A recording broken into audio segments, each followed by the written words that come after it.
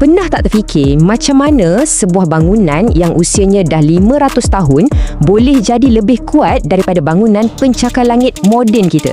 Hari ni kita akan bongkar kisah seorang arkitek genius yang seolah-olah boleh bercakap dengan bumi untuk membina sesuatu yang mustahil. Dengar macam tak masuk akal kan? Tapi dekat Istanbul, betul-betul atas salah satu garisan gempa bumi paling aktif di dunia, masjid-masjid purba ni masih berdiri megah.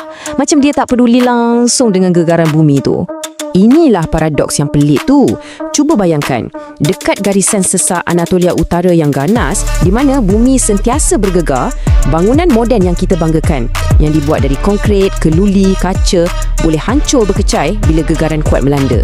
Tapi, masjid-masjid zaman Uthmaniyah ni, yang dibina beratus-ratus tahun lalu cuma guna batu dan mortar, elok je teguh berdiri. Apa rahsianya? Falsafah pembinaan yang sangat-sangat berbeza. Ini soalan yang paling penting. Macam mana seorang lelaki dari zaman dulu tanpa superkomputer atau apa-apa teknologi seismik boleh cipta bangunan yang lebih bijak dan tahan lasak daripada apa yang kita bina sekarang? Jawapannya ada pada seorang genius yang dunia hampir lupakan. Okey, jom kita kenal dengan watak utama kita, Mimar Sinan. Namanya mungkin tak sepopular Leonardo da Vinci, tapi sumbangan dia dalam seni bina dan kejuruteraan memang setanding. Dia bukan sekadar bina bangunan, dia cipta keajaiban. Latar belakang dia je dah cukup gempak. Bayangkan, dia ni ketua arkitek diraja, berkhidmat bawah 3 orang sultan terhebat, termasuklah Sultan Sulaiman the Magnificent. Dia hidup sampai umur dekat 100 tahun dan sepanjang hidup dia bina lebih 300 bangunan. Itu secara purata, satu bangunan setiap 4 bulan. Gila kan? Skala kerja dan kualiti dia tu memang susah kita nak bayangkan hari ni. Dan inilah falsafah yang mengubah segalanya. Masa arkitek lain dekat Eropah sibuk bina istana dan katedral yang gah dan kaku untuk takluk alam, Sinan pula percaya sebaliknya. Bagi dia, kalau nak bina sesuatu yang kekal lama, kau tak boleh lawan kuasa bumi. Kau kena faham, kau kena hormat dan kau kena bekerjasama dengan alam. Falsafah inilah yang jadi asas kepada semua rahsia kejuruteraan dia. Okey, jom kita bongkar rahsia pertama dia. Satu konsep yang sangat radikal pada zaman tu, idea untuk bina sebuah bangunan yang tak kaku tapi fleksibel. Sebuah bangunan yang boleh menari ikut rentak gegaran bumi. Cuba tengok betapa geniusnya sistem ni. Lupakan terus simen keras. Sinan arahkan supaya lubang-lubang kecil ditebuk antara setiap blok batu. Lepas tu, dia tuang pelumbum cahaya terus ke dalam lubang tu. Pelumbum ni kan secara semula jadi dia logam yang lembut. Jadi, bila dia sejuk dan keras, dia tak jadi rapuh macam simen. Sebaliknya, dia jadi macam satu cushion fleksibel antara setiap batu. Dan hasilnya memang luar biasa. Bila gempa bumi melanda, masjid tu tak bergegar dengan ganas. Sebaliknya, ia bergoyang lembut, seolah-olah menari. Sambungan plumbum tu bertindak macam penyerap hentakan. Dia serap tenaga gegaran tu dan halang struktur daripada pecah. Ini sebenarnya konsep base isolation yang kita guna dalam bangunan moden, tapi Sinan dah cipta 400 tahun lebih awal. Sambungan yang fleksibel tu baru separuh cerita. Anda juga perlukan bahan pengikat atau gam yang takkan retak bawah tekanan. Dan ini membawa kita kepada rahsia kedua Sinan yang tersembunyi dalam mortar yang dia guna. Resepi simen ni kalau tengok macam resepi nak buat kek kan? Kapur dengan serbuk butter tu okeylah biasa. Tapi putih telur, bawang, gentian kapas, inilah dia mortar Khorasan.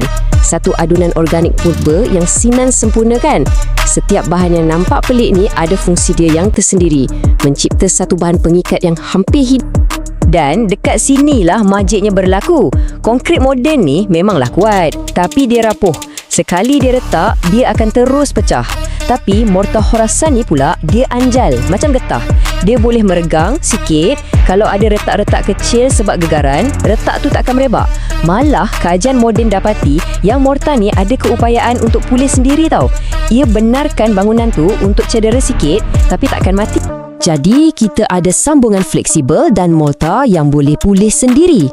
Tapi betul ke semua ni berkesan atau sekadar teori je?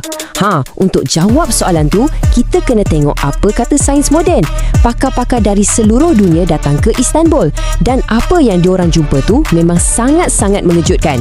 Petikan ni, ini dah cukup membuktikan segalanya. Dan ia datang bukan dari calang-calang orang tau, tapi daripada jurutera sismik Jepun, pakar terkemuka dunia dalam teknologi kalis gempa.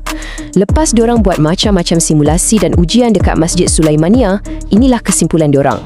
Diorang mengaku yang seorang lelaki dari abad ke-16 tanpa sebarang alatan canggih dah pun selesaikan masalah yang diorang sendiri masih cuba nak sempurnakan.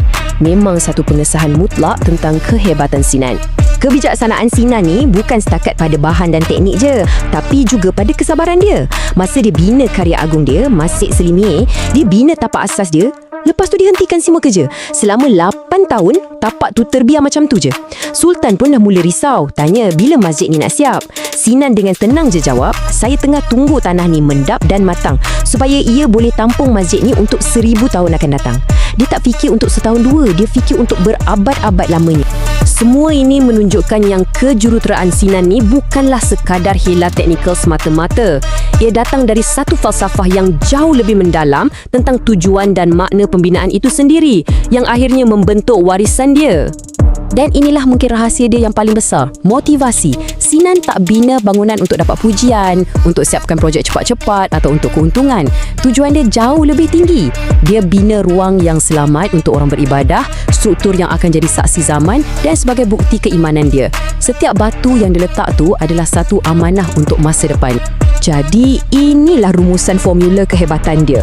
Gabungan yang sempurna antara keindahan seni, ketepatan sains, kekuatan iman dan yang paling penting, kerendahan hati untuk mengaku yang alam ni jauh lebih berkuasa daripada manusia. Bila keempat-empat tonggak ni bersatu, hasilnya adalah sesuatu yang mampu merentasi zaman. Hari ini, masjid-masjid ni bukan lagi sekadar bangunan biasa. Ia dah jadi macam guru-guru batu yang mengajar kita tentang kebijaksanaan, kesabaran dan keharmonian dengan alam. Ia adalah bukti hidup seorang genius yang membina bukan untuk dirinya tetapi untuk keabadian. Kisah arkitek yang bercakap dengan bumi ni memang luar biasa. Tapi ini hanyalah permulaan. Kalau anda fikir cerita ni dah cukup gila, tunggu sampai anda dengar kisah seterusnya yang akan kami bongkarkan. Jangan ketinggalan. Nak tengok lebih banyak video menarik dan mind-blowing? Jom ke channel YouTube World Mind Blowing dan jangan lupa subscribe, okay? Love you guys!